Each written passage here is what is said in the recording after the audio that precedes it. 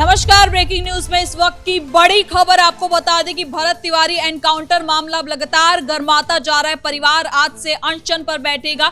ये भरत तिवारी की मां और बहन ने ऐलान कर दिया है। अब देखना होगा कि आज से अनशन शुरू होता है, क्योंकि कल मानवाधिकार आयोग ने भी इस पूरे मामले में एक्शन लिया है और सरकार से जवाब मांगा है 2 हफ्ते के अंदर। तो इसी पे ज्यादा अपडेट के साथ मेरे साथ मौजूद है मेरे सहयोगी हर्ष भारद्वाज। तो सर, सबसे पहले बात करते हैं अनशन की। तो भरत तिवारी की मां ने यह ऐलान कर दिया है कि वो आज से अनशन पर बैठेंगे। बिल्कुल, देखिए, अनशन पर जो बैठने की वो बात कह रही हैं, वो दरअसल इसलिए कह रही हैं कि मुझे इंसाफ चाहिए। अगर मेरे बेटे के साथ कुछ गलत हुआ है तो सम्राट चौधरी इंसाफ करे, ये बातें कही जा रही हैं और इसलिए आज से वो अनशन पर बैठ रही हैं। हालांकि 2 दिन पहले ही हमने देखा था कि उनकी मां, भरत तिवारी की मां और बहन की तरफ से ये कहा गया था, जानकारी दी गई थी बकायदा मीडिया के थ्रू कि हम अनशन पर बैठेंगे और अनशन पे बैठने के बाद ये अनशन अनिश्चितकालीन भी चल सकता है, जब तक हमें सरकार से आश्वासन नहीं मिल जाता। हालांकि सरकार से आश्वासन मिला हुआ है कि इसकी पूरी जांच हो रही है और इसका सच सामने आ पाएगा। क्योंकि आप देखिए, अगर पुलिस वालों की बात करें तो पुलिस वाले इसमें फंस रहे हैं और किसके बंदूक से गोली चली है उसकी भी जांच चल रही है।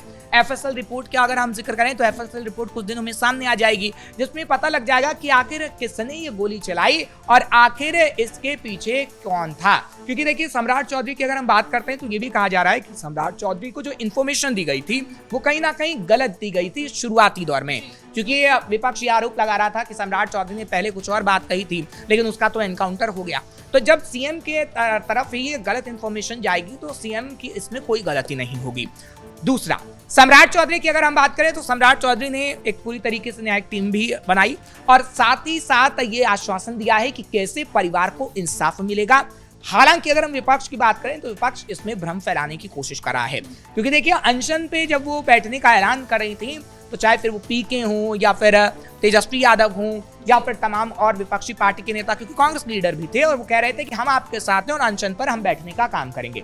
हालांकि उनकी मां की तरफ से ये कहा गया है कि किसी भी विपक्षी पार्टी का उन्हें समर्थन नहीं चाहिए, वो सिर्फ अपने बेटे के इंसाफ के लिए मांग कर रही हैं और ये कह रही हैं कि मुझे अपने बेटे के लिए इंसाफ चाहिए। हालांकि अगर हम सरकार की बात करें तो सरकार की तरफ से पूरी क्लियर कर दिया गया है, चाहे फिर उप मुख्यमंत्री हों या फिर सम्राट चौधरी हों, कि इसमें न्याय मिलकर रहेगा और आगे आने वाले समय में हम पूरा न्याय दिलाकर रहेंगे। लेकिन विपक्षी पार्टी की अगर हम बात करें तो विपक्षी पार्टी ने ऐलान कर दिया है कि हम समर्थन कर रहे हैं परिवार का और वहां पर जाएंगे जहां पर ये प्रोटेस्ट होगा। साथ ही साथ इस पर पूरी तरीके से राजनीति की जा रही है। बात खास तौर पर अगर आरजेडी की करें तो आरजेडी हमलावर है और आरजेडी ये पूरी कोशिश कर रही है कि किस तरीके से नैरेटिव को बनाया जाए और किस तरीके से सरकार के खिलाफ एक ऐसी तस्वीर पेश की जाए ताकि जनता ये समझे कि कहीं ना कहीं आम जनता की विरोधी है सरकार। लेकिन ऐसा बिल्कुल भी नहीं है। हम भरत तिवारी एनकाउंटर मामले में शुरुआत से ही देखते आ रहे हैं कि किस तरीके से कार्रवाई हो रही है और आगे आने वाले समय में पूरा सच भी सामने आ पाएगा। और अगर हम बात करें विपक्ष की तो विपक्ष का एजेंडा भी पूरी तरीके से फेल होता हुआ इसलिए नजर आ रहा है क्योंकि हमने देखा है कि जो वहां के स्थानीय लोग हैं वो किस तरीके से बात कह रहे हैं कि जो जाति का रंग कहीं ना कहीं आरजेडी देना चाहती है।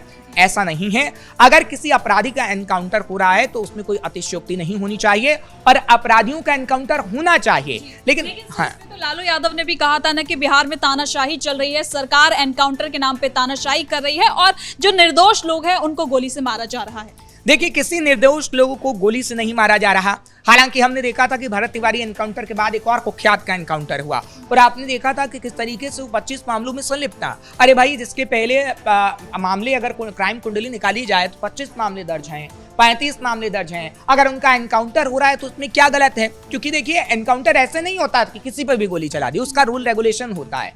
आत्मरक्षा में ये गोली चलाई जाती है क्योंकि अगर आरोपियों की बात करें तो आरोपी अपने आप को बचाने के चक्कर में पुलिस पर गोली चलाता है। और अगर आप पूरे आंकड़े उठाकर देखेंगे, चाहे बिहार के अंदर हो या फिर उत्तर प्रदेश के अंदर हो, जब जब एनकाउंटर हुआ है तो उसका आंकड़ा रखा जाता है कि कितने पुलिस वाले या तो आपने देखा कि गोली का शिकार हुए, क्योंकि कुछ पुलिस वाले मारे भी जाते हैं इस चक्कर में और इसलिए आत्मरक्षा में ये गोलियां चलाई जाती हैं और इसलिए एनकाउंटर होते हैं, जिसकी तस्वीर हम समय समय पर देखते हैं।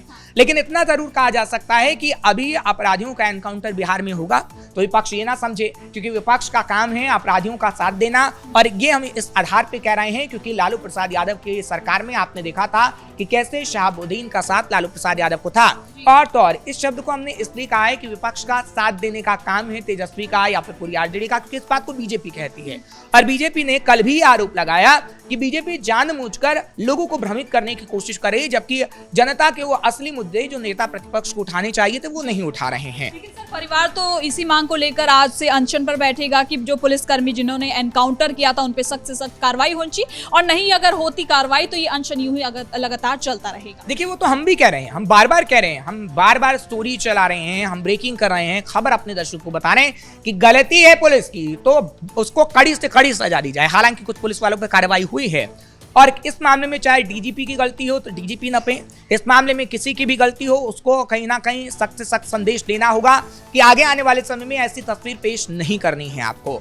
और ऐसा कौन करेगा? सीएम सम्राट चौधरी ही, क्योंकि सीएम सम्राट चौधरी की अगर बात करते हैं तो सीएम सम्राट चौधरी ने सख्त संदेश तो दिया, लेकिन इस मामले में लेट लतीफी ना हो, क्योंकि आप देख रही हैं कि कैसे 13वीं के दिन भी काफी हंगामा हुआ, 25,000 लोग इकट्ठा हो गए। हालांकि उसमें तमाम आरजेडी के कार्यकर्ता हूं या फिर तमाम कांग्रेस के कार्यकर्ता हूं मौजूद थे, लेकिन अगर हम पिता की बात करें, माँ की बात करें, वो ये कह रहे हैं कि हमें विश्वास है कि इस मामले में इंसाफ होगा। और देखिए, लोकतांत्रिक व्यवस्था है हमारे देश के अंदर, और तभी माँ कह रही है कि भैया अपने बेटे के लिए मैं इंसाफ की मांग करूंगी, अनशन पे बैठूंगी, इसमें कोई दो राय नहीं है। अगर उन्हें इंसाफ की मांग करनी है या कुछ करनी है तो आप स्वतंत्र हैं, आप कर सकते हैं, और वो अनशन पे बैठने जा रही हैं। तो इतना जरूर कहा जा सकता है कि वो इंसाफ की अगर अपने लिए मांग कर रहे हैं तो उन्हें इंसाफ मिलकर रहेगा, क्योंकि हमारा देश लोकतांत्रिक व्यवस्था में है, और लोकतांत्रिक व्यवस्था में अपने अधिकार को मांगने की पूरी खुली छूट होती है।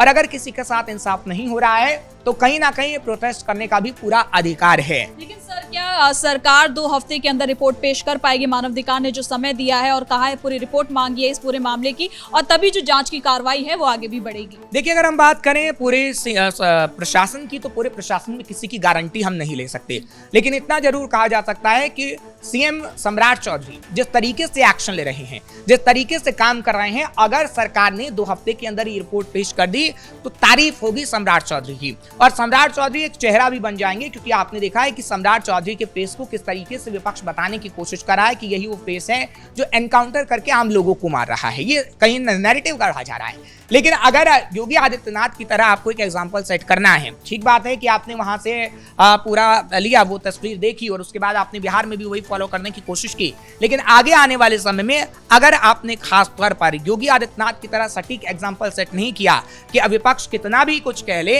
लेकिन एनकाउंटर होगा, अपराधियों का होगा, और अपराधियों का एनकाउंटर लगातार होता रहेगा। अगर ये सम्राट चौधरी ने एग्जांपल सेट कर दिया तो कहीं ना कहीं सम्राट चौधरी की ही वाहवाही होगी, क्योंकि आपने देखा कि शिवदत्त रॉय से लेकर अभी जो हाल ही में एनकाउंटर हुआ उस मामले को लेकर भी तेजस्वी यादव सवाल उठाते रहे। तेजस्वी यादव बार बार ये कहते रहे कि यादवों का एनकाउंटर हो रहा है, तेजस्वी यादव बार बार ये कहते रहे कि अल्पसंख्यकों का एनकाउंटर हो रहा है। तब उन्हें ज्यादा दर्द हुआ क्योंकि एमवाई समीकरण वो साधते थे, लेकिन जहां तिवारी का एनकाउंटर हुआ तो अब उन्हें ब्राह्मणों की याद आ गई। तो क्यों भाई? जाति तो आप देख रहे हैं, जाति सम्राट चौधरी नहीं देख रहे हैं कि जाति देखकर एनकाउंटर हो रहा है, जाति आप देख रहे हैं, और जाति के अनुरूप ही आप कहीं ना कहीं राजनीति करने की कोशिश कर रहे हैं, जो नहीं चलेगा, जो आम जनता को कहीं ना कहीं अब समझ में आ रहा है। और तो और भरत तिवारी की माँ हो चाहे फिर पिता हो, उनकी तरफ से आप सोशल मीडिया पर जो बयान साझा किए गए हैं, अगर आप उसको देखेंगी तो आप समझ पाएंगी कि वो प्रशासन पर कहीं ना कहीं पूरा भरोसा जता रहे हैं, और अगर उनमें भरोसा नहीं है तो खास तौर पर कहते हैं कि इंसाफ की मांग हम कर रहे हैं और इंसाफ लेकर रहेंगे। हालांकि इस मामले में हम देख रहे हैं कि कोर्ट भी है, अगर पुलिस प्रशासन पर पूरी तरीके से धब्बा लग गया है तो कौन कौन से आगे आने वाले समय में पुलिस सस्पेंड होगी, इस पर भी सबकी नजरें रहेंगी। और तो और ये भी कहा जा रहा है कि सम्राट चौधरी भी भरत तिवारी के घर तक जा सकते हैं, क्योंकि आपने चिराग पासवान को देखा, आपने कई मंत्रियों को देखा है वहां पर जाते हुए। लेकिन सबसे बड़ा सवाल है कि सम्राट चौधरी का चेहरा भी क्या वहां पर होगा या फिर नहीं होगा, क्योंकि देखिए अभी हम बात करें तो चुनावी माहौल भी चल रहा है, चाहे फिर बांकीपुर का ही उपचुनाव हो। बांकीपुर उपचुनाव को आप देख रहे हैं कि किस तरीके से उसके लिए तैयारी हो रही है, और ये मुद्दा बांकीपुर उपचुनाव में भी उठ रहा है।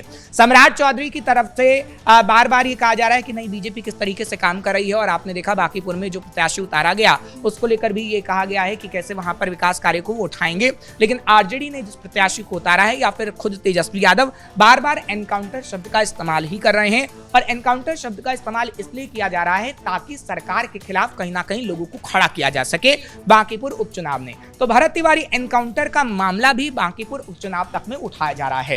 हालांकि आगे आने वाले समय में इसका कितना फायदा मिल पाएगा, कितना नहीं मिल पाएगा, ये तो देखने वाली बात होगी। लेकिन इतना जरूर है कि भरत तिवारी एनकाउंटर मामले में थोड़ा सा सब्र और रखना होगा विपक्ष को, और आगे आने वाले समय में इसकी पूरी सच्चाई सबके सामने होगी और जल्द ही इसकी रिपोर्ट भी आ जाएगी। बहुत बहुत धन्यवाद सर इन तमाम जानकारी के लिए। तो कुल मिलाकर आपको बता दें कि भरत तिवारी एनकाउंटर मामला लगातार गर्माता जा रहा है, सरकार एक्शन मोड में है और अब भरत तिवारी की मां ने यह ऐलान कर दिया है कि वो आज से अनशन पर बैठेगी और ये अनशन तब तक चलेगा जब तक भरत तिवारी को पूरी तरह से न्याय नहीं मिल जाता। तो फिलहाल के लिए ब्रेकिंग न्यूज में इतना ही। कैमरा पर्सन राजकुमार के साथ मैं सृष्टि शाह।